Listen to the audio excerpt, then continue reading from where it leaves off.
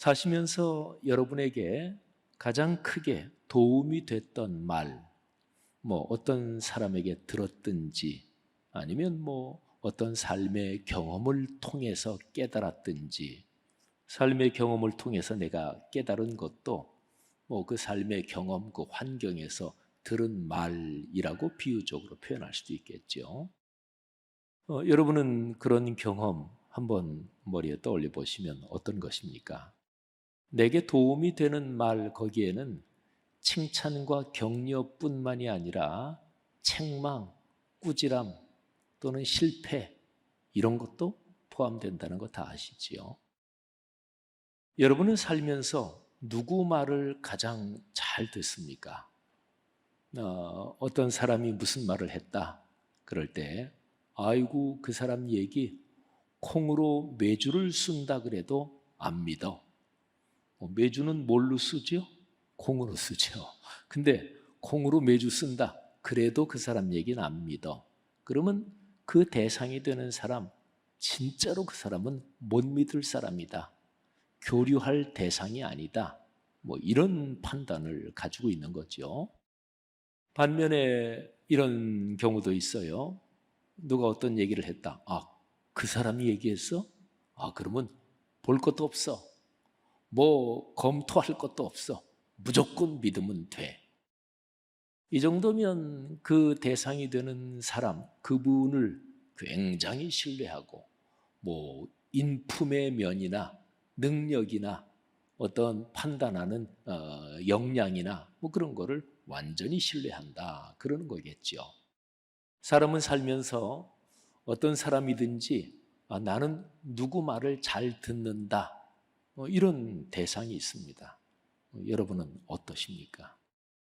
어렸을 때 자라면서 또 청소년기를 거치면서 엄마 말 잘 들으셨습니까? 엄마 아빠 말 잘 들으셨나요? 선생님 말 잘 들었나요? 중요한 거잖아요, 그죠? 지금 살아가시면서는 누구 말을 가장 잘 듣나요? 또 남의 말을 들을 때 그 말을 판단하는 기준, 여러분은 어떤 기준을 가지고 판단하나요?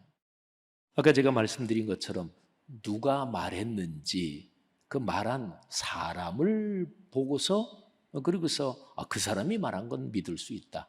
그 사람 말한 거는 그거는 다 적어도 절반 이상은 깎아 들어야 돼. 거짓말 많이 해. 그러니까 남의 말을 판단할 때, 들려오는 말을 판단할 때 그게 누가 한 말인지 그건 아주 중요한 기준이지요. 또는 이런 경우도 있어요. 내가 좀 껄끄러운 사람, 싫어하는 사람이 말했더라도 그거는 둘째치고 그 사람이 한 말 자체, 그 내용 자체가 객관적으로 정확하고 합리적이고 이치에 맞으면 그 사람하고 나의 관계는 안 좋지만 그 말은 맞아. 이것도 상당히 훌륭한 태도지요. 또는 그 말을 들을 때 이런저런 주변 상황이 영향을 미칠 수도 있습니다. 그리고 또 많은 경우 또 이렇게 해도 되는데, 말하자면 그 말을 들을 때 내 기분이 어떠냐, 여기에 따라서 보통 사람들은 많이 판단을 하죠. 그리고 그 말이 내게 이익이 되느냐 손해가 되느냐, 하여튼 철저하게 나를 중심에 놓고 그 말을 판단하고, 그런 경우도 또 비일비재하잖아요. 근데 이런 경우들은 좀 긍정적인 것은 아닙니다. 성숙한 태도는 아닙니다. 그러니까 내 기분에 따라서 그걸 판단한다든지 거부한다든지 받아들이는, 그러니까 기분에 따라서 좌우되는 거, 그리고 철저하게 나만 중심에 놓고 내게 이익이야 손해야 이렇게 따지는 거는 인격적으로 또 사람이 살아가면서 성숙한 태도는 아니지요. 아무튼 남의 말, 살면서 주변에서 들려오는 얘기를 여러분은 어떤 기준을 가지고 판단하십니까? 사람이란 존재는 언어의 기능을 가진 존재입니다. 이게 동물과 다른 점이에요. 언어의 기능에 사유, 생각, 합리성, 이성, 이게 이제 연결이 되어 있는 거죠. 언어, 한자어잖아요. 순 우리말로 바꾸면 말과 글, 말글 이렇게 얘기할 수 있는 단어지요. 근데 그냥 여기에 그냥 모든 것이 다 포함되는 대표적인 표현으로 이렇게 본다면, 사람의 인생은 어떤 말을 접하면서 사느냐, 어떤 말을 많이 들으면서 사느냐, 그게 그 사람의 인생을 결정합니다. 사랑하시는 여러분, 사람은 그렇게 언어의 기능을 가진 존재이기 때문에 어떤 말을 많이 듣고 또 어떤 말을 귀 기울여 듣느냐, 그게 그 사람의 인생을 결정합니다. 자, 여러분과 저 한번 스스로 자신을 성찰해 보면 좋겠어요. 마가복음 9장 7절에 아주 중요한 내용이 나옵니다. 구름 속에서 들려온 소리. 베드로, 야고보, 요한 세 제자가 하나님 아버지의 말씀을 들었습니다. 이는 내 사랑하는 아들이니 너희는 그의 말을 들으라. 여기에서 그의 말을 들으라. 그렇죠. 말을 듣는다. 이 표현이 나오잖아요. 성경에서 들으라 이런 표현이 나올 때는 청각 기능이 정상이라서 청각적으로 들었다 이것만 뜻하지 않는다는 것은 다들 아시죠? 마음을 열고 마음의 귀를 열고 겸허하게 그 하나님의 말씀을 듣고 또는 주변 상황을 통해서 들려오는 하나님의 음성을 듣고 그리고 깨달아서 그렇게 순종해서 사는 것까지 포함합니다. 신명기 6장 4절에서 이스라엘아 들으라. 너희 하나님 여호와는 오직 한 분인 여호와시니 너는 마음과 뜻과 목숨을 다해 내 하나님을 사랑하며. 그게 유명한 구절이잖아요. 거기서 들으라 이렇게 얘기할 때는 하나님의 말씀을 듣고 깨달아서 그렇게 순종해라. 삶의 변화, 실천까지 포함된 거예요. 하나님 아버지께서 베드로, 야고보, 요한 세 제자에게 너희는 내 아들 예수 그리스도의 말을 들어라 이렇게 말씀하십니다. 예수님이 언젠가 한번 베드로, 야고보, 요한 세 제자를 데리고 높은 산에 올라가십니다. 근데 그 산에 올라가셨는데 갑자기 예수님의 모습이 천국의 영광 그 모습으로 변화되셨습니다. 그래서 그 높은 산을 보통 성경을 설명하면서 변화산 이렇게도 이제 설명을 하죠. 예수님이 갑자기 천국의 모습으로 변화되시고 그리고 그 자리에 구약시대의 인물 모세와 엘리야가 나타납니다. 모세와 엘리야 그분은 인간 시간의 흐름으로 따지면 옛날에 돌아가신 분들인데 천국에 계신 거죠.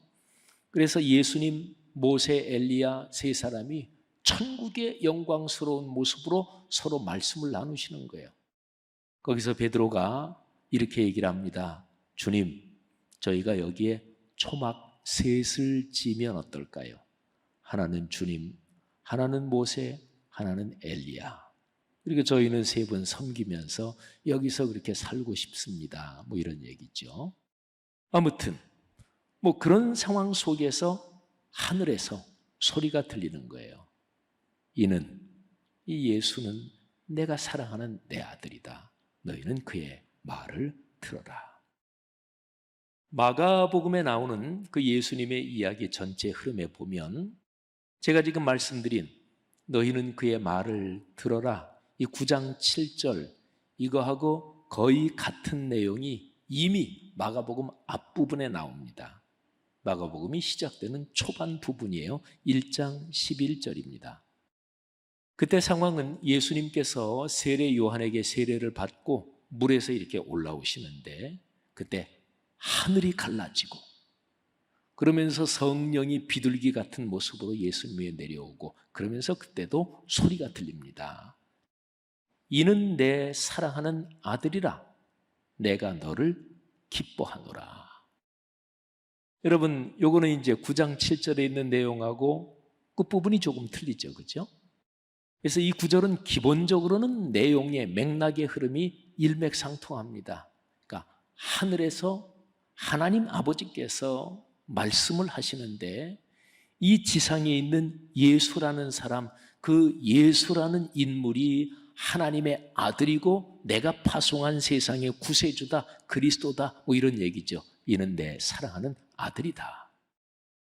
그리고 이제 1장 11절하고 9장 7절의 차이가 나는 부분이 그게 이제 뒤에 있는 부분입니다. 1장 11절에서는 내가 너를 기뻐한다. 그리고 9장 7절 말씀에서는 너희는 그의 말을 들으라. 그러니까 1장 7절은 하나님 아버지께서 예수 그리스도 당신의 아들에게 하신 말씀이에요. 너는 내 사랑하는 아들이다. 내 아들 예수 그리스도야. 내가 너를 기뻐한다. 그러니까 아버지께서 그 아들 예수 그리스도에게 하신 말씀이에요. 근데 9장 7절은 조금 다릅니다. 하나님 아버지께서 베드로, 야고보, 요한 세 제자에게 하신 말씀이에요. 이는 내 사랑하는 아들이다. 그러니까 너희는 그의 말을 들어라. 베드로, 야고보, 요한 세 제자에게 말씀하셨다는 것은 그 당시에 교회 공동체에 하신 말씀이기도 합니다. 여러분, 마가복음은 전체가 16장까지 있어요. 근데 1장 11절, 9장 7절에 이 중요한 내용이 나오는데 이게 아주 마가복음 전체를 꿰뚫으면서 굉장히 중요하거든요. 근데 이 두 구절을 함께 살피면 우리는 여기에서 아주 중요한 점을 발견할 수 있습니다. 적어도 세 가지 아주 중요한 내용을 관찰할 수 있습니다. 자, 첫째, 예수 그리스도는 하나님의 아들이시다. 1장 1절과 9장 7절을 한꺼번에 합쳐서 보면 첫째가 예수 그리스도는 하나님의 아들이다. 두 번째, 하늘 아버지께서 그의 아들인 예수 그리스도를 기뻐하신다. 깊이 사랑하시고 기뻐하신다. 자, 그리고 세 번째, 예수 그리스도의 말을 들어야 한다. 그런데 세 번째, 들어야 한다. 왜 들어야 하느냐? 이유가 첫 번째, 두 번째예요. 예수 그리스도의 말, 그분의 말씀은 잘 들어야 돼요. 왜? 예수 그리스도는 천지를 창조하신 창조주 하나님, 지금도 온 세계 모든 것을 섭리하고 주관하시고 구원하시는 구원주 하나님, 그 하나님 아버지의 아들이란 말이에요. 그 하나님 아버지께서 가장 사랑하시고 기뻐하시는 그 아들이 예수 그리스도란 말이에요. 그러니까 예수 그리스도의 말은 잘 들어야 됩니다. 이해가 가시죠? 그렇죠? 사랑하신 여러분, 그리스도인으로 살아가면서 예수 그리스도 그분의 말씀을 잘 듣고 그렇게 살고, 그래서 하나님 아버지께 복을 받는 여러분과 제가 되기를 주의 이름으로 권면합니다. 그리스도인은 하나님의 말씀을 듣는 사람입니다. 주님의 말씀을 듣는 사람을 그리스도인이라 그래요. 아까 제가 설명드린 대로 듣는다, 이 속에 포함된 거를 좀 풀어서 말씀드리면, 공예배 시간에 선포되는 설교 말씀, 내가 개인적으로 묵상하는 말씀, 또는 삶의 여러 환경에서 말씀하시는 주님의 음성, 주님의 말씀을 겸허하게 귀 기울여 듣고 마음과 영혼의 귀를 열고 듣고, 그리고 거기에서 깨달아 그대로 순종해서 삶의 변화를 경험하며 그렇게 사는 사람, 이 사람이 바로 그리스도인이에요. 그러니까 그리스도인은 주님의 말을 듣는 사람. 여러분, 마땅히 그래야 되는 거죠. 마땅히 의무로서 그런다기보다 또 다른 측면으로 보면 이게 사실은 중요한 건데, 그렇게 해야 복 받으며 삽니다. 사랑하신 여러분, 이 복을 다 누리시기를 주의 이름으로 축복합니다. 마가복음 9장 7절, 이는 내 사랑하는 아들이니 너희는 그의 말을 들으라. 이 구절을 좀 가만히 생각해 봅시다. 예수 그리스도는 사람이 되신 하나님이십니다. 진리의 말씀 그 자체이시죠. 말씀이 육신이 되셨습니다. 이분이 바로 여러분과 우리가 주님 이렇게 호칭하고 또 그분을 섬기는 거지요. 이분이 하시는 말씀을 잘 듣는 것, 이런 것이 신앙이잖아요. 여러분의 삶은 어떠십니까? 아까 제가 설교 초반에서 질문 드렸던 것처럼 사시면서 누구 얘기를 제일 잘 들으십니까? 여러분이 사시면서 여러분의 삶에 가장 영향을 크게 끼치는 말, 그 말씀, 그거는 누구로부터, 어디로부터 나온 그 말이고 그리고 말씀입니까? 오늘 이 본문에서 하나님 아버지께서 베드로, 야고보, 요한 세 제자에게 너희는 그의 말을 들으라 이렇게 말씀을 하셨어요. 근데 그때 당시에 베드로, 야고보, 요한 세 제자가 주님의 말씀, 예수 그리스도의 말씀을 잘 듣고 있지 않았습니다. 만일에 베드로, 야고보, 요한이 예수님이 생각할 때 또 하나님 아버지께서 생각하실 때 야, 어쩌면 그렇게 주님의 말을, 예수 그리스도의 말을 잘 듣냐? 야, 진짜로 고맙다. 너무 잘 듣고 있다. 만일에 그런 상황이었다면 그 변화산에서 하나님 아버지께서 음성을 들려주시면서 너희는 그의 말을 들으라 뭐 이렇게 말씀하지는 않으셨겠죠. 물론 너희는 그의 말을 들으라 이게 책망의 뜻만 담겨 있는 건 아닙니다. 그리스도인으로서 또는 이 말씀이 베드로, 야고보, 요한 세 제자에게 하는 말씀이다. 이거는 교회 공동체에 하시는 말씀인데 초대교회 공동체에 기본적으로 그리스도인과 교회는 말씀을 들으며 걸어가야 된다. 기본적인 규범, 기본적인 방향을 말씀해 주신 그런 구절이기도 해요. 하지만 이 말씀에는 분명히 책망의 의미가 담겨 있습니다. 이 말씀의 문맥을 제가 짤막하게 설명을 드리면 마가복음 16장까지 있는 전체 이 마가복음 내용에서 예수님께서 당신이 체포돼서 순환을 당하고 십자가에 못 박혀 죽는다, 그리고 사흘 만에 살아난다, 이 십자가 사건을 3번 공개적으로 예고하십니다. 제자들에게. 첫 번째가 8장, 두 번째가 9장, 그리고 세 번째가 10장에 나와요. 그러니까 공개적으로 드러내놓고 3번 예고하십니다. 첫 번째 예고가 8장이에요. 그런데 8장에서 예수님이 그 예고를 하시니까 베드로가 그러시면 안 됩니다 하고서 항변을 합니다. 예수님께서 베드로에게 사탄아 내 뒤로 물러가라. 너는 하나님의 일은 생각하지 않는다. 사람의 일만 생각한다. 너한테 뭐가 이익이 되느냐? 너는 그것만 생각하는구나. 근데 이거는 그 문맥을 보면 베드로한테만 책망한 게 아니에요. 그 제자들 몽땅 다를 대상으로 하신 말씀이에요. 베드로가 항변했다. 이것도 베드로 혼자 항변한 게 아닙니다. 12제자 전부 다 뭉쳐가지고 예수님한테 그러면 안 됩니다. 아주 쉽게 그냥 편하게 한번 얘기를 하자면 우리가 주님 따른 게 우리도 우리 인생 좀 잘 되려고 따른 겁니다. 우리가 여태까지 투자한 게 얼마인데 혼자 십자가에 달려 돌아가신다고요? 안 됩니다. 그런 경우가 어디 있습니까? 정확하게 그렇게 항변한 거예요. 예수님이 십자가 사건을 예고하시고서 그리고 제자들은 헛짚지요. 제자들은 그게 뭔지도 깨닫지도 못했지만 그들은 자기 생각만 있었습니다. 실패하잖아요. 근데 9장과 10장에도 똑같이 마찬가지예요. 근데 오늘 이 변화산 사건은 첫 번째 예고하신 8장 그리고 9장에서 두 번째 예고하시기 그 사이 거기에 끼어 있어요.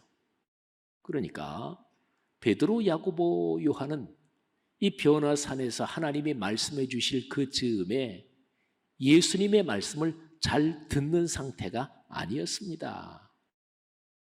마가복음이 초대교회가 한참 박해를 받고 예수를 믿는다는 것 때문에 순교당하기도 하고 이제 그런 박해가 일어나기 시작할 그런 즈음에 이제 마가복음이 기록이 됐어요.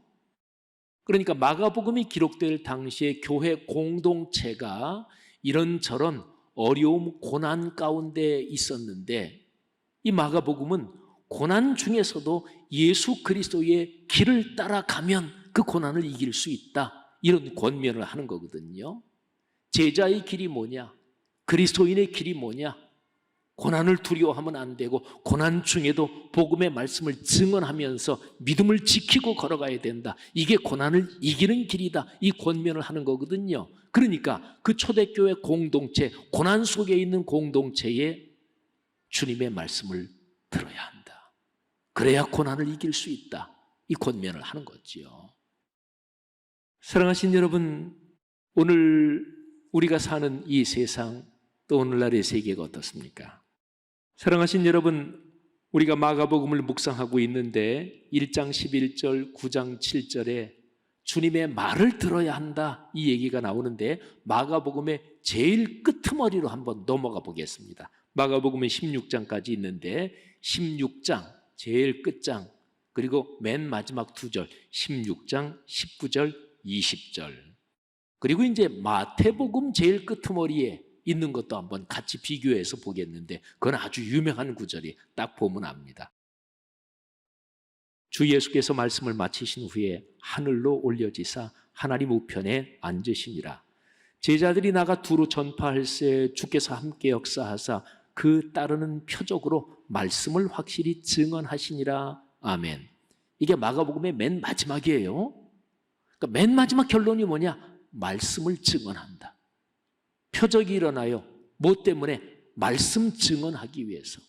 말씀을 증언한다. 그 증언이라는 얘기는 다른 말로 바꾸면 1장 11절 그리고 9장 7절에 있는 것처럼 말을 들으라. 세상 사람들이 주님의 말씀을 듣게 하는 것, 이게 바로 증언입니다. 법정 증언, 거짓 증언하면 처벌받을 수 있어요. 그런데 신앙적 증언, 여기에도 이게 무거운 게 이건 순교를 당할 수도 있어요. 그러니까 증언은 강의하는 것, 정보 전달하는 것, 이거하고는 다릅니다. 목회나 교회사에게 어떻게 보면 굉장히 중대한데 우리는 말씀을 증언하는 거예요. 이게 목표예요. 이게 최종 결론이에요. 하나님의 말씀을 증언하기 위해서는 내가 먼저 말씀을 묵상하고 그렇게 살아야 돼요. 그래야 증언하지. 증언은 극한 경우에는 순교 당할 수도 있다니까요. 그러니까 자기가 말씀을 묵상하지 않고 그렇게 살아본 경험, 말씀을 묵상하니까 진짜 이게 복이구나, 이게 진짜 힘이구나, 그런 체험도 없는 사람이 어떻게 순교의 자리에 가요? 어림도 없지요. 그러니까 조금만 어려움이 닥치면 그냥 금방 피하고 금방 넘어지고 이런 허약한 그리스도인으로 살게 되는 거지요. 사랑하신 여러분, 말씀을 증언하시니라. 자, 그리고 마태복음 28장 18절부터 20절, 이거는 아주 많이 알려진 구절이지요. 예수께서 나와 말씀하여 이르시되 하늘과 땅의 모든 권세를 내게 주셨으니 그러므로 너희는 가서 모든 민족을 제자로 삼아 아버지와 아들과 성령의 이름으로 세례를 베풀고 내가 너희에게 분부한 모든 것을 가르쳐 지키게 하라. 볼지어다 내가 세상 끝날까지 너희와 항상 함께 있으리라 하시니라. 아멘. 이 구절을 잠깐 보세요. 내가 너희에게 분부한 모든 것, 이게 바로 예수님의 말씀, 그분이 하신 말이지요. 가르쳐 지키게 하라, 이게 바로 듣게 하라는 거죠. 가르쳐서 그렇게 살게, 지키게. 여러분, 마태복음 제일 끄트머리나 마가복음 제일 끄트머리, 우리가 지금 두 군데 봤잖아요. 근데 누가복음 제일 끄트머리, 요한복음 제일 끄트머리, 이 사복음서의 끄트머리는 다 똑같습니다.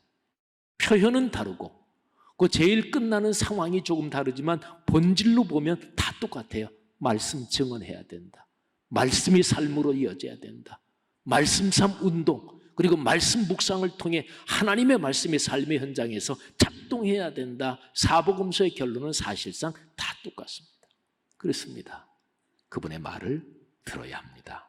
그래야 삽니다. 그래야 잘 삽니다.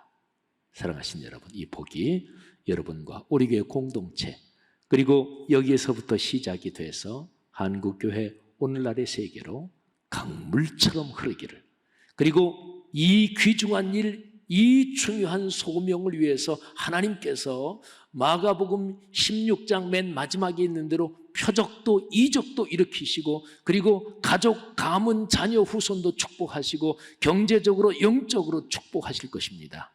이 복이 여러분 가문 대대로 흐르기를 주님의 이름으로 축원합니다.